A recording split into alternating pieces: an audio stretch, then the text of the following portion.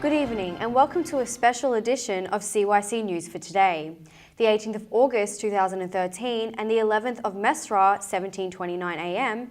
I'm Melissa Dowd.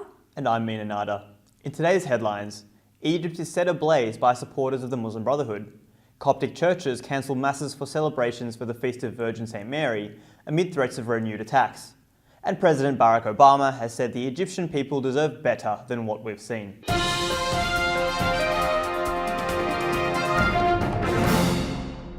And starting with the sad events happening in Egypt. As Muslim Brotherhood supporters attacked many churches, police and government buildings and civilian homes and shops all over the country as they call for week-long protests across Egypt. Yes, Melissa. At least 50 churches have been attacked and torched in less than 48 hours in Cairo and many other provinces in southern Egypt, including Elminia, where 16 churches and Christian schools have been damaged, with some being completely destroyed. Other provinces where these attacks took place including Sohag, Asyut, Kina, Alexandria, Suez and Giza. And churches are not only the Coptic things being attacked. The mobs also targeted Coptic citizens' property, including houses, shops and cars.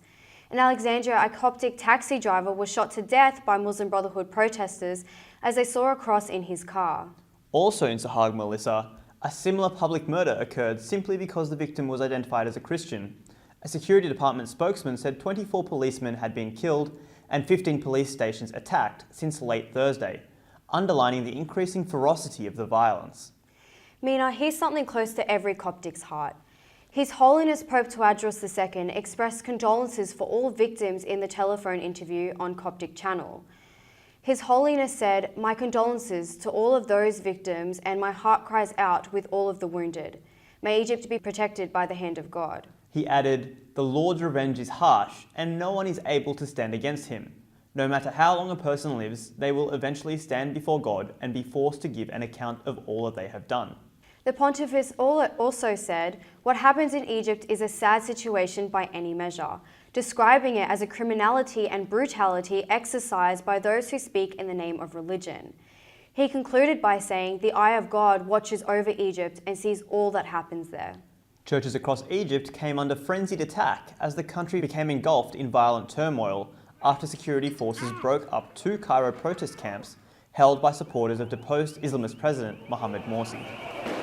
In addition to that, Mina, the Egyptian Defense Minister and leader of the armed forces, General Abdel Fattah el-Sisi, ordered repairs and reconstruction of all of the churches affected by the attacks following the breaking up of the Muslim Brotherhood sit-ins at Rabah Adawiya and Nahda squares. And a statement aired on Egyptian television said that the Egyptian Defense Minister ordered the engineering department of the armed forces to swiftly repair all the affected churches, in recognition of the historical and national role played by our Coptic brothers. From the Egyptian government side, Dr. Hezem el-Beblawi, Egyptian Prime Minister, contacted His Holiness Pope Tawadros II to express his sympathy for the Copts, as well as his condemnation for the criminal acts that targeted them, which led to the burning of several churches. Now, he affirmed the government would confront all attempts to assault places of worship, as well as any infringements made against Copts. A statement issued by the Prime Minister said, "Criminal acts have targeted the people of this country. The unity of this nation's countrymen is a line that forces of darkness will never be able to cross, and the government will stand up to any attempts made on places of worship or our Coptic brothers."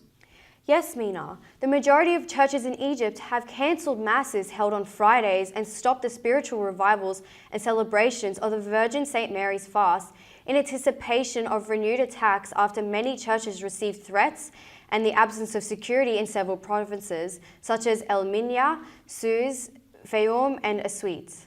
But at the same time, the army started to deploy its forces in front of some churches after the Muslim Brotherhood vowed to burn the churches of Egypt on Friday. Threats of attacks reached all churches, which urged some Copts and Muslims to form community watches to defend them. On Friday, the Tourism and Antiquities Police Department instructed St. Catherine Monastery to close all shrines and archaeological and tourist areas in anticipation of terrorist attacks against tourists or the monastery's monks. This is the first time in the monastery's long history that it's had to close its doors to visitors. And in his address on Thursday, Pope Francis I said he prays for peace and dialogue in Egypt. He noted that he prays especially for the victims, the wounded and their families.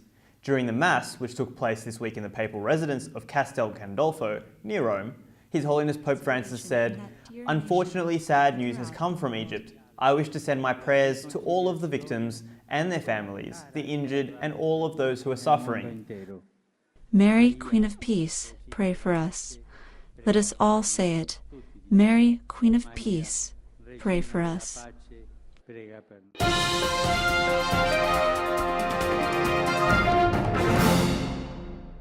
Now let's go back to the protest camps that were broken up by the Egyptian security forces.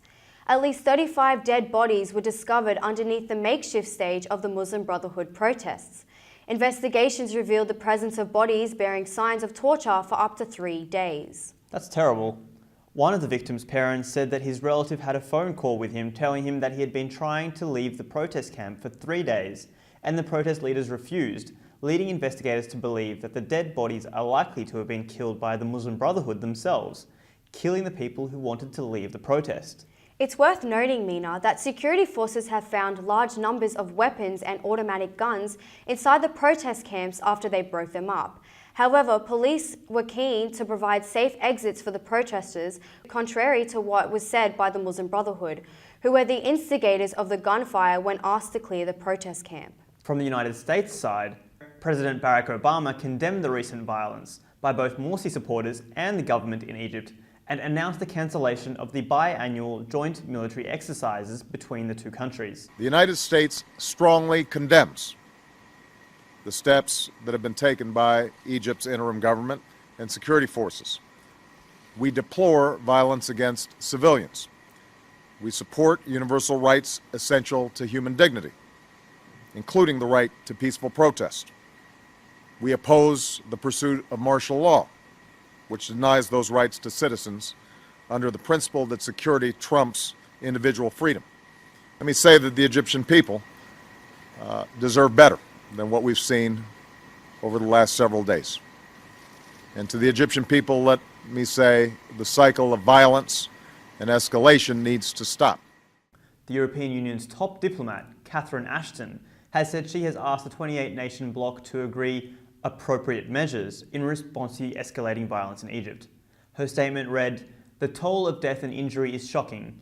I have asked member state representatives to debate and coordinate appropriate measures to be taken by the European Union in response to the situation in Egypt." Yes, and I believe the EU has said top officials from its 28 members will meet Monday to review the crisis in Egypt, notably looking at convening a meeting of EU foreign ministers as soon as possible. Let's head off to Saudi Arabia, where King Abdullah said in an uncompromising message read out on Saudi television that the Kingdom of Saudi Arabia, its people and government stand by today with its brothers in Egypt against terrorism.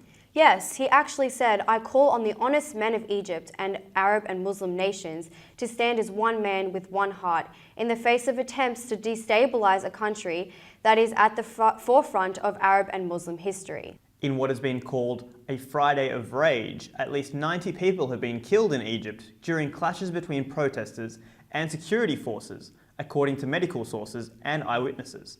At least 54 people were killed in Cairo's Ramses Square, which was the intended destination for a number of protest marches called for by supporters of ousted President Mohamed Morsi, after violent dispersals of pro-Morsi sit-ins in Cairo on Wednesday.